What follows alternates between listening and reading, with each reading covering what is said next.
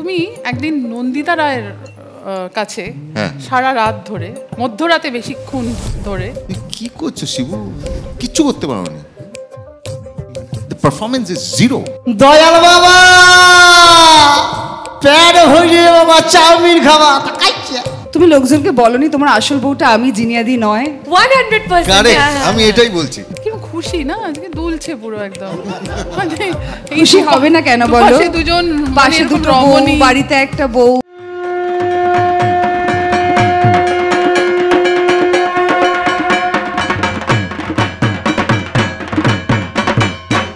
আজ বসন্তের গায়ে হলো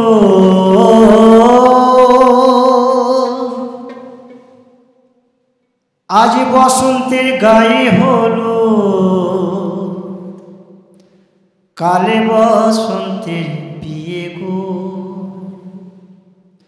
শিমুল পলা সাজবে আজ নাকে নলুক দিয়া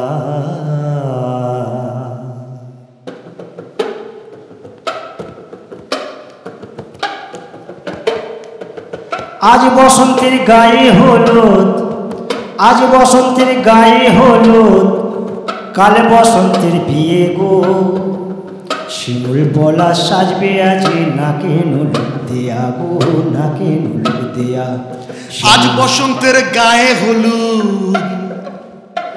আজ বসন্তে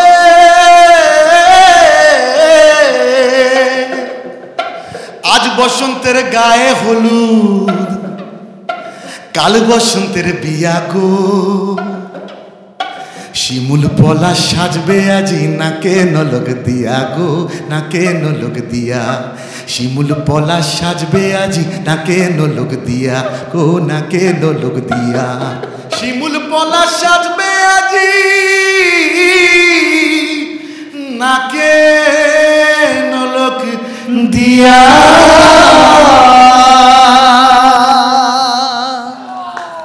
এত ভালো গান শোনানোর পর আমরা কিন্তু সবাইকে মিষ্টি খাওয়াবো। EIILM আনন্দবাজার অনলাইনের আগমনী আড্ডায় সকলকে স্বাগত, বহুরূপীর পুরো টিমকে। আগে মিষ্টিমুখ হয়ে যাক।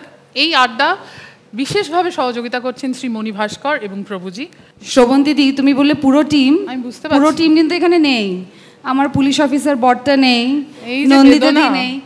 আচ্ছা মিষ্টি আছে, মিষ্টিটা খেয়ে নি, দাঁড়াও তারপর প্রতিবাদ করছি। প্রতিবাদ, আবার প্রতিবাদ। পুরো টিম নেই কিন্তু আমরা অনেকেই আছি, আর আমাদের ডিরেক্টর প্লাস হিরো হ্যাঁ শিবুদাস। হ্যাঁ, আমার একটা প্রশ্ন আছে। এই যে নেই নেই প্রতিবাদ এইসব করছে, আমি সারাক্ষণ শুনছি জানেন যে রীতা ভরি পরপর 3টে ছবিতে উইন্ডোজের এত দ্রুত কি করে, কি ব্যাপার, আসলে সমীকরণটা কোথায়?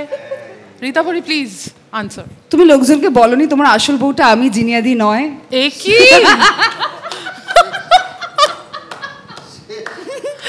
एक्चुअली कहानी में इससे भी बड़ा ट्विस्ट है, এটাও তো লোকে জানতে পারে যে।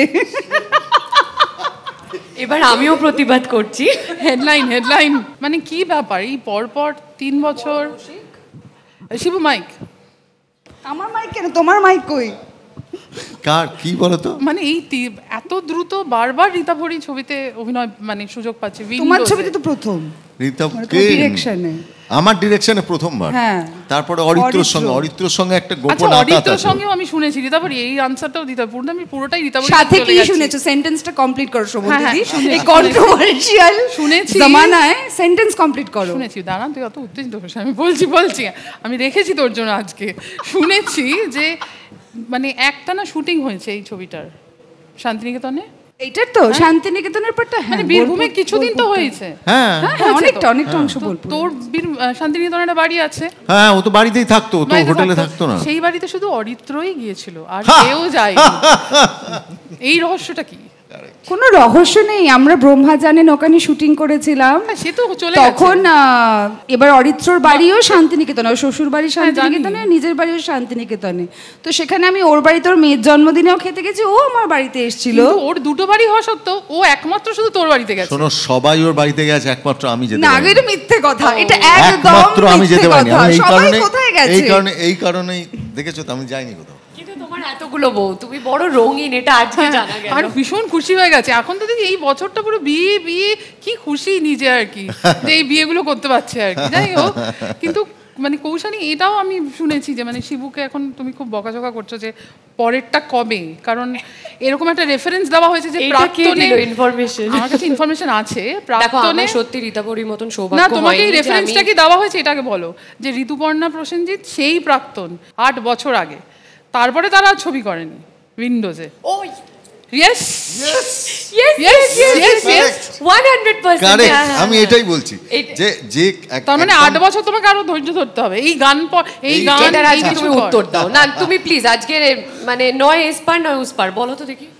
আমি বলছি যে যদি যথাযথ গল্প হয়, যে এমন গল্প যেখানে কৌশানী একদম কৌশানীর চরিত্র ওটা, তাহলে সেটা সঙ্গে সঙ্গে এই কৌশানীর 9 চরিত্রটা কি বছর হতে এরকম পারে? গল্প আসেনি, বাট 9 বছর পর এলো। কিন্তু ক্যা স্টোরি, क्या story? ক্যা স্টোরি। ঝিমলি তো ঝিমলি, একদম ঝিমলি তো ঝিমলি, দুনিয়ার লোক দেখে বলছে এরম কৌশানীকে আমরা দেখিনি, এই কৌশানী নতুন, হ্যাঁ কি না বলো? মানে টোনটাই তো প্রথমে চিনতে পারিনি, স্কিন টোনটা এত বদলে গেছিল। First যখন বলছে যে গানটা চিনতে এগুলোর পারে জন্য আমি কৌশানীকেই কৃতজ্ঞ চিনতে তোমার পারে কাছে, না, কিন্তু বলছে যে ওই যে- কৌশানীকে। এবার প্রবলেমটা কি হচ্ছে যে হলে গেল গিয়ে দেখছে কৌশানীকে চিনতে পারছে না। যখন শুটিং করছিলাম তখনও তাই হচ্ছিল, মানে ওটা হওয়ার আগে, মানে ওই লুকটায় আসার আগে সবাই চিনতে পারছে, কথা বলছে। তারপর অরিত্রকেও যদি কাউকে বলে না না নতুন সিরিয়াল করতে নিয়ে এসছি, ওরা ওটাও বিশ্বাস করছে। শিবুদাকেও কিন্তু চেনা যাচ্ছে না। হ্যাঁ, শিবুদা তো লুকই পাল্টে ফেলেছে, এবং আরো অনেক লুক আছে যেগুলো রিভিল করেনি আর কি। জানি না এখন আর কবে করবে, ওই সিনেমাটা মানে দেখতে হবে আর কি। এরকম গোছের ব্যাপার, কিরকম খুশি না আজকে, দুলছে পুরো একদম। মানে এই খুশি হবে না কেন বলো? পাশে দুজন, পাশে দুটো বউ, বাড়িতে একটা বউ, এগুলো তো রিয়েল লাইফে কোনোদিন হবে না শিবুদার। আমরা না হয় আনন্দবাজারের জন্য একটু বানিয়ে বানিয়ে বললাম, শিবুদার তো অত্যন্ত আসলে নিজের ব্যক্তিগত জীবনটা হচ্ছে একদমই কি বলবো নিপাট মধ্যবিত্ত ঘরোয়া জীবন। শুধু বাজার করতে খুব ভালোবাসে, জিনিয়াদি যা বলেছে, ওই জন্য বাজারে শিবুদাকে নাকি পাঠানো যায় না। বাজার করতে পাঠালে নাকি লোক দেখা যায় যে 4-5 জন লোক মাথায় মাছ নিয়ে সবজি নিয়ে বাড়িতে ঢুকতে দিচ্ছে। তারপর জিনিয়াদি গুছিয়ে বলবে, আমরা মধ্যবিত্ত একটা ফ্যামিলি শিবু, তুমি কেন এটা করো, এত মাছ কেই খাবে?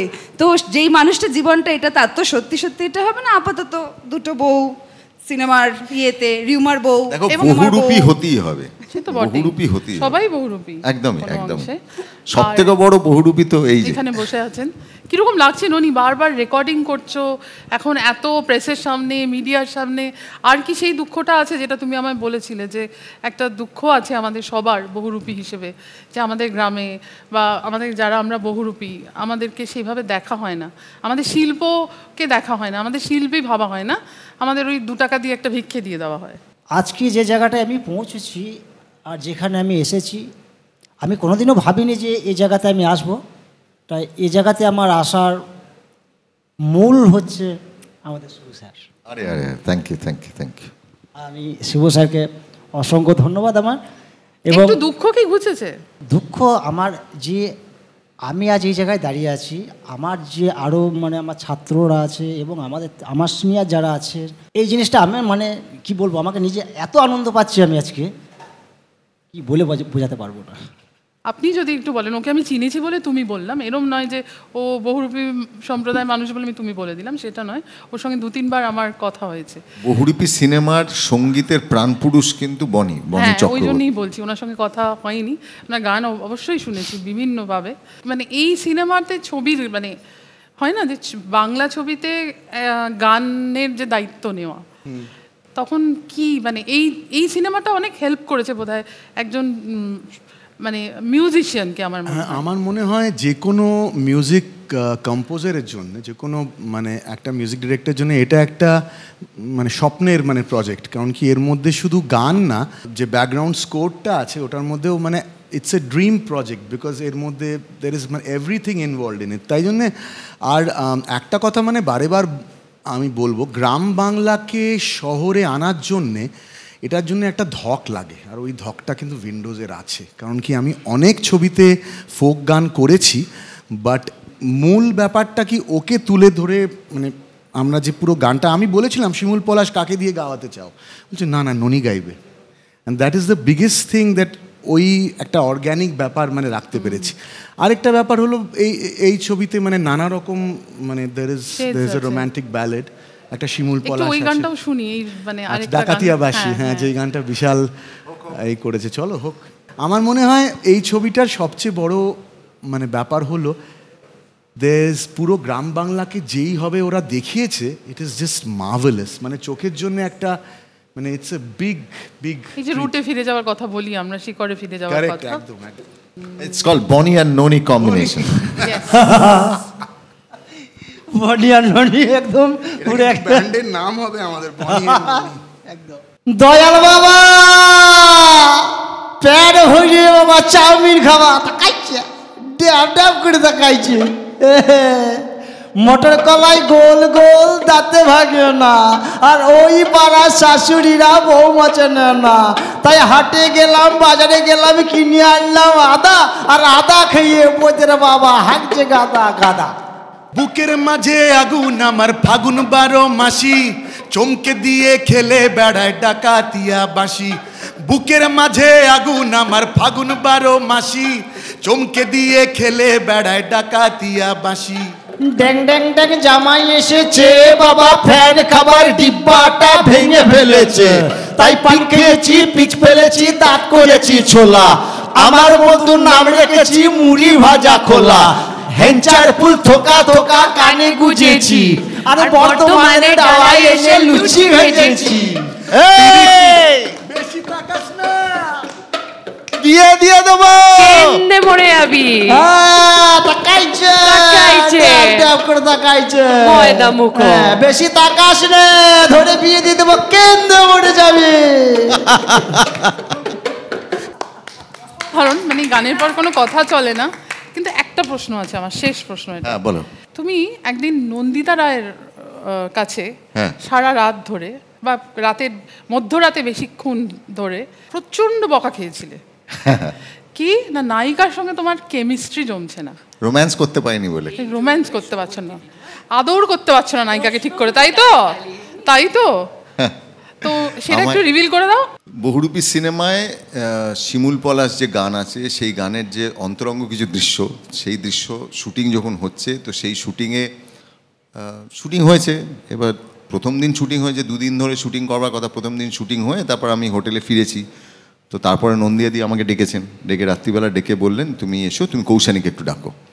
তো কৌশানীকে ডাকলাম, এবার মানে পুরো ক্লাস নেওয়া আমাকে, আর কৌশানীর সামনেই হচ্ছে। কি করছো শিবু, কিচ্ছু করতে পারো নি, দ্য পারফরমেন্স ইজ জিরো, তুমি আড়ষ্ট, তোমার ভেতরে তোমার মধ্যে কোনো প্যাশন নেই, কোনো রোম্যান্স নেই, তুমি তোমার বউকে ধরছো এরকম করে, বউকে এরকম করে ধরো, কোনো প্যাশন নেই, ও ধরতে যাচ্ছে তুমি সরে যাচ্ছ, কি হচ্ছে? আমি বললাম না মানে হচ্ছে না, জাস্ট জিরো রোম্যান্স, জিরো, তুমি জিরো পেয়েছো।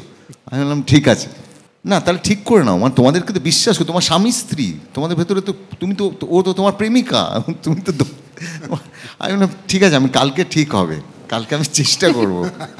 নিয়ে বাইরে বেরিয়ে চুপ করে আমাকেও কিছুটা জ্ঞান দিল এসে বাইরে, নিজে জ্ঞান শুনে বের হলো। আমি কিন্তু সেরকমভাবে কোনো বকাই খাইনি, হ্যাঁ আমি আমার জবটা করছিলাম, ওখান থেকে বেরিয়ে এসে আমাকে জ্ঞান দিল, দেখলে তো নন্দিতাদি কি বললো, আমাদের কিন্তু ব্যাপারটা জমছে না, আমাদের কিন্তু কেমিস্ট্রিটা একদম রিয়েলিস্টিক লাগছে না, একটা পুরো পাশের বাড়ির দম্পতি মানে তাদের গল্প মনে হতে হবে। আমি হলো আমি কি করলাম, মানে আমি তো করছিলাম আমার পার্টটা ঠিক করে। তারপরের দিন, হ্যাঁ এবার তুমি বলো। তারপরের দিন যাও, ওই একটা দৃশ্য ছিল যেখানে ও মশারির একটা বালতি নিয়ে আসবে, আমি গিয়ে মশারিটা নিয়ে আসবো, তো তারপরে একটা হলো দৃশ্যটা, তারপরে হলো জাগলো, জেগে উঠলো প্যাশন, জেগে উঠলো রোম্যান্স, সেইটা দেখবার পর হয়ে গেছে।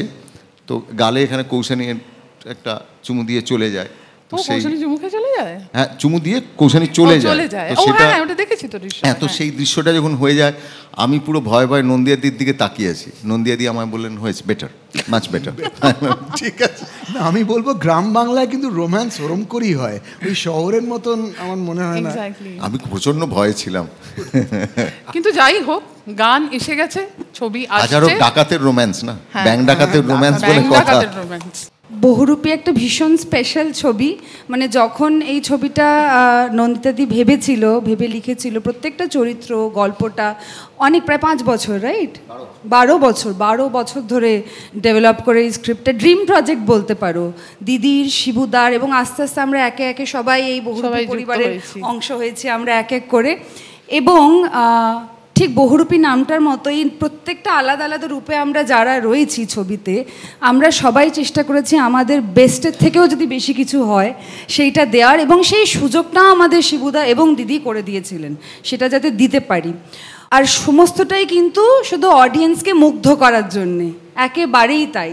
এবং আমার নিজের মনে হয় অনেক দিন মানে আমরা অডিয়েন্সের মন ভালো করেছি, তার চোখে জল এনেছি, অনেক দিন না চমকে দেয়া হয়নি। এবারে আমরা মনে হচ্ছে এই ছবিটা দিয়ে একটু চমকে দিতে পারবো। কি বলো শিবুদা? তো গান এসে গেছে, ছবি আসছে, পুজো আসছে, চমক থাকলেও আপনাদের জন্য আজকে টাটা।